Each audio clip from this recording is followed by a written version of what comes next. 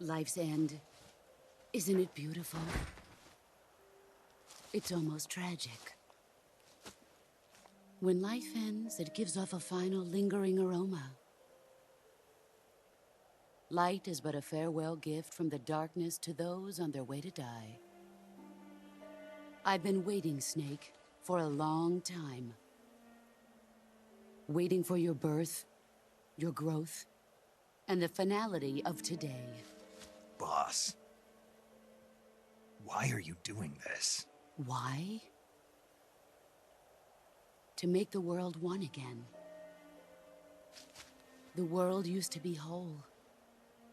But with the end of the Second World War, the philosophers began to fight amongst themselves, and the world was torn apart. The Cobras, my comrades who trained and fought alongside me, were torn apart as well. The foibles of politics and the march of time can turn friends into enemies just as easily as the wind changes. Ridiculous, isn't it? Yesterday's ally becomes today's opposition. And this Cold War? Think back. When I was leading the Cobras, America and Russia were fighting together. Now, consider whether America and Russia will still be enemies in the 21st century. Somehow I doubt it. Enemies change along with the times, the flow of the ages, and we soldiers are forced to play along. I didn't raise you and shape you into the man you are today just so we could face each other in battle. A soldier's skills aren't meant to be used to hurt friends. So then what is an enemy? Is there such a thing as an absolute timeless enemy? There is no such thing, and never has been. And the reason is that our enemies are human beings like us. They can only be our enemies in relative terms. The world must be made whole again. The philosophers must be reunited. I will devote my skills to that purpose. And with the Colonel's money, I will achieve that end. Just as I once created the Cobras. They are my family. I may no longer be able to bear children, but I still have a family.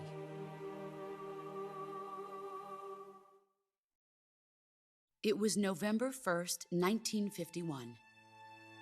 I was in the Nevada desert participating in atomic testing.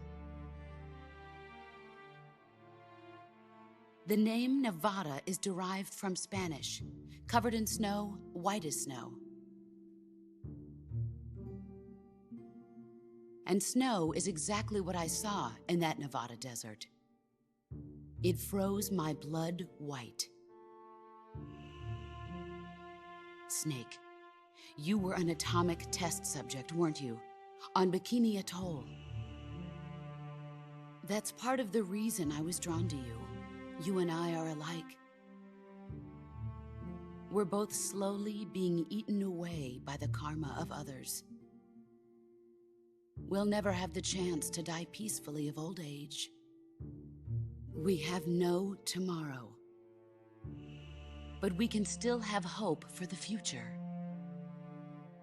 In 1960, I saw a vision of the ideal future from space. 3 years earlier, the Soviet Union had succeeded in launching Sputnik, the first man-made satellite in history, into orbit. This came as a huge shock to the United States. In response, America threw everything it had into its own manned spaceflight project, the Mercury program. Even as the Soviets seemed poised to send their first man into space, America was still experimenting with chimpanzees and rockets. The government wanted human data. So they secretly decided to send a human being into space. I was the one they chose. At the time, they didn't have the technology to block out cosmic rays, and whoever they sent up would inevitably be exposed to heavy radiation. That's why they chose me. After all, I'd already been irradiated once. Of course, you won't find any of this in the history books. I could see the planet as it appeared from space. That's when it finally hit me. Space exploration is nothing but another game in the power struggle between the US and the USSR. Politics, economics, the arms race, they're all just arenas for meaningless competition. I'm sure you can see that, but the Earth itself has no boundaries. No East, no West, no Cold War. And the irony of it is, the United States and the Soviet Union are spending billions on their space programs and the missile race, only to arrive at the same conclusion. In the 21st century, everyone will be able to see that we are all just inhabitants of a little celestial body called Earth. A world without communism or capitalism, that is the world I wanted to see.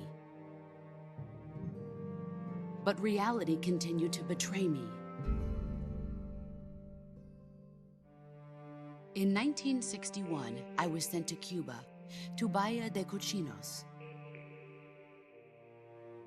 It was part of a CIA-sponsored invasion under the guise of taking Cuban exiles back to their country. But the US government betrayed them. Our weak-kneed president held back their air support. Defenseless, the exiles were annihilated by the Cuban army. All I could do was watch in silence. I was set up by the very country I'd sacrificed so much for, by the very government I dedicated my life to defending. I was driven from the surface world, and I went underground. Then, 2 years ago, I faced the Sorrow, my old comrade in battle. He was my friend. But one of us had to die. I was left with no choice. The Sorrow gave his life for me. There is no enmity between us. One must live, and one must die. That was the mission. The ones who gave me that mission were the philosophers. Early in the 20th century, the true holders of power in the United States, the Republic of China, and the newly formed Soviet Union gathered together in a secret meeting that would later be known as the Weizmann's Committee. The secret pact they formed there marked the beginning of the philosophers. But the last of the original members died in the 1930s. After that, the organization began to run out of control, and the Weizmann's Committee degenerated into a mere shell of its former self. The philosophers of today have no sense of good or evil. Their influence extends to countries and organizations involved in every aspect of every war. They have become war itself. That's how they operate. The sacrifices of war cause a shift in the times. This shift leads to renewed conflict, and in turn triggers the next war. Like a nuclear chain reaction, each conflict sparks countless others, forming an endless spiral that will continue on for eternity. Do you understand what I'm saying, Snake? By consuming me and you, the philosophers intend to keep that cycle going forever. It was my father who explained all of this to me. He was one of them. You see, I am the last remaining child of the philosophers. But after he revealed the truth, my father was killed by that same shapeless, formless organization. And my father isn't the only thing the philosophers have taken from me. In June of 1944, the Cobras and I took part in the landing at Normandy. We'd been given a top-secret mission to locate and destroy enemy V-2 rocket installations. I was pregnant at the time. The Sorrow was the father. I gave birth on the field of battle. a beautiful baby boy. But my child was snatched away from me by the philosophers.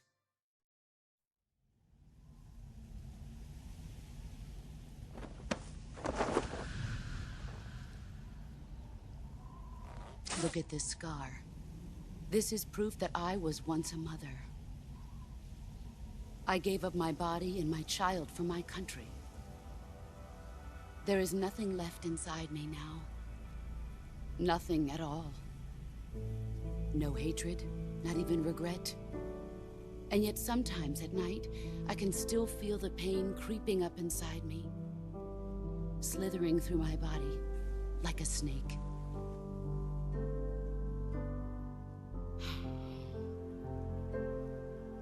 I've never talked this much about myself before. Thanks. Thanks for listening to me.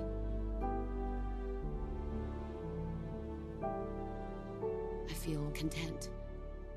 Snake, commence the operation. I raised you. I loved you. I've given you weapons, taught you techniques, endowed you with knowledge. There is nothing more for me to give you. All that's left for you to take is my life, by your own hand. One must die, and one must live. No victory, no defeat. The survivor will carry on the fight. It is our destiny. The one who survives will inherit the title of boss. And the one who inherits the title of boss will face an existence of endless battle. I'll give you 10 minutes. In 10 minutes, MiGs will come and bomb the hell out of this place. If you can beat me in less than 10 minutes, you'll be able to escape in time. Let's make this the greatest 10 minutes of our lives, Jack. Boss? You're a soldier. Finish your mission. Prove your loyalty. Face me. Let's see what you're made of.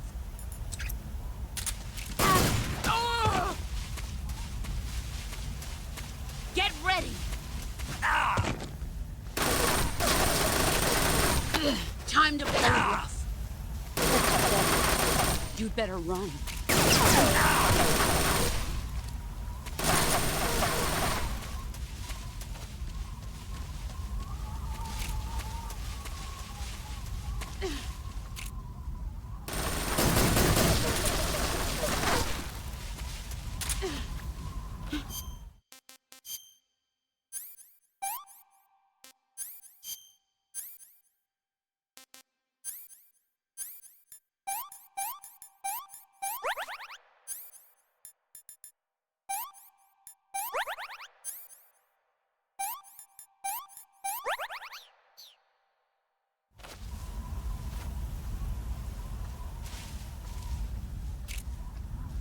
Found you.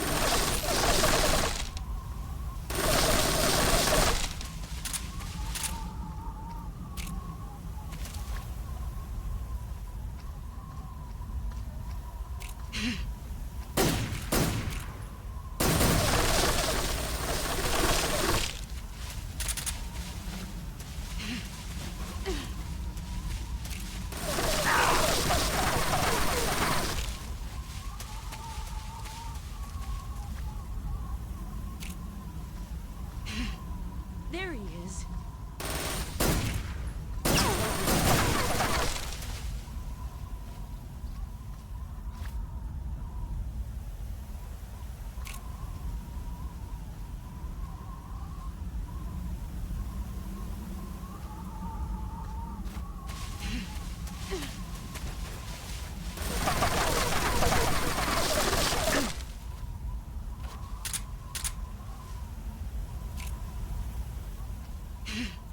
There he is.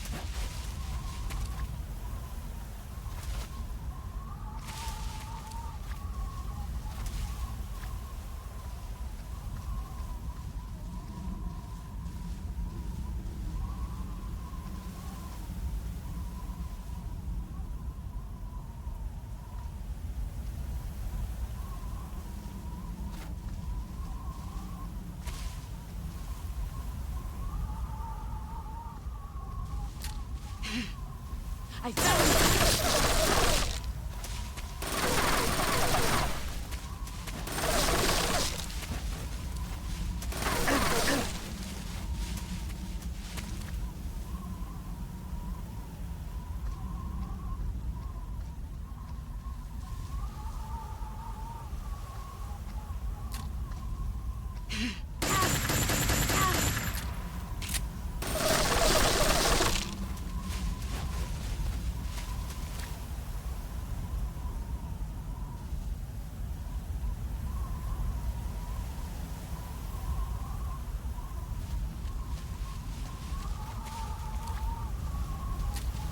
found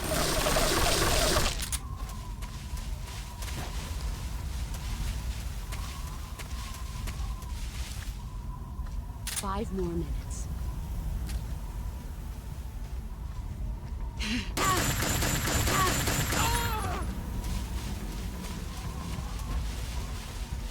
Here I come!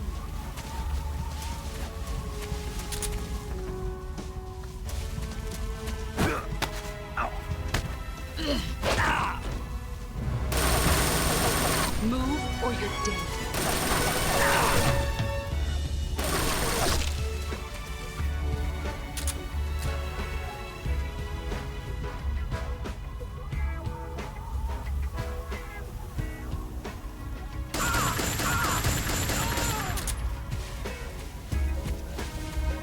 You've gotten stronger.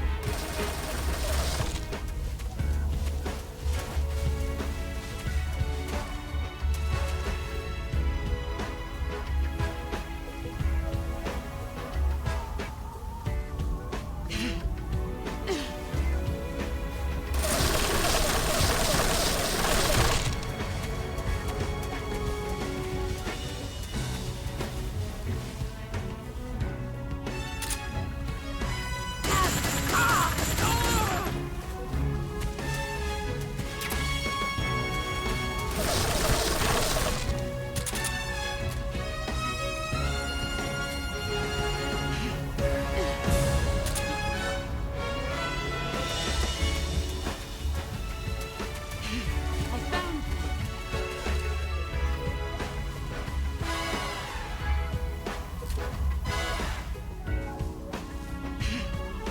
I found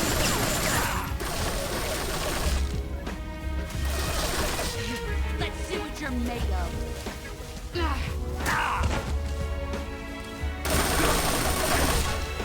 3 more minutes. Pathetic.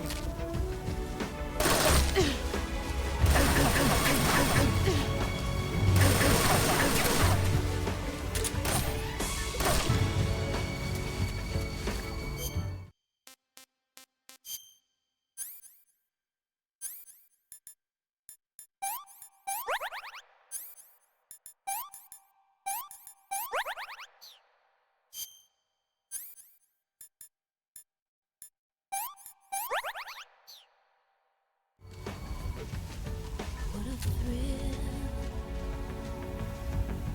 with darkness and silence through the night.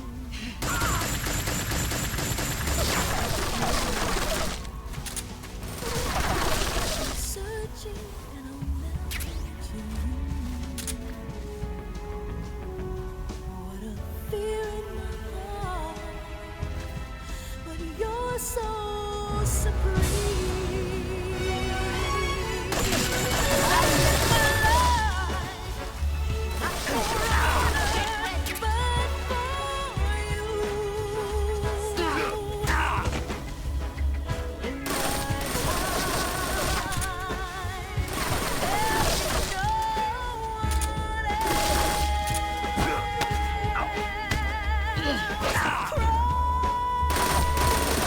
You better run.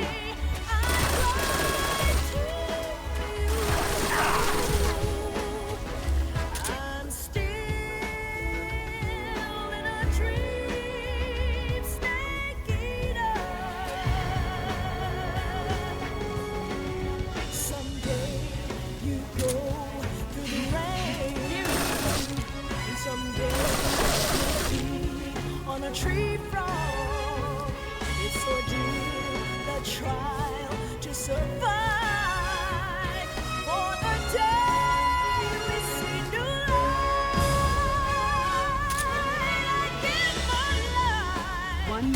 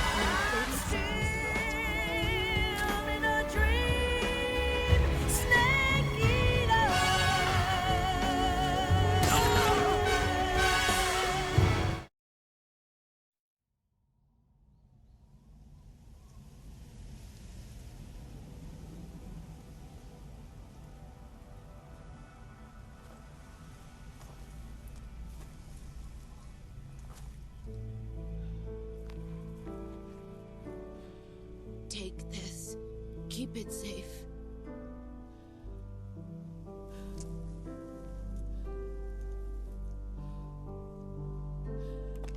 It's our only hope.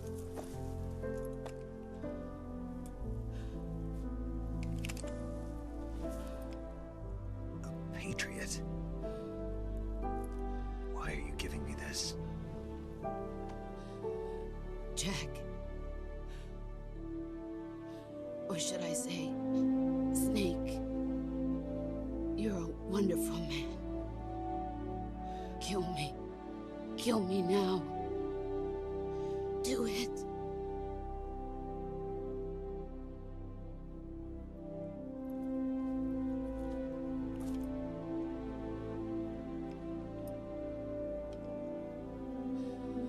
There's only room for one boss and one snake.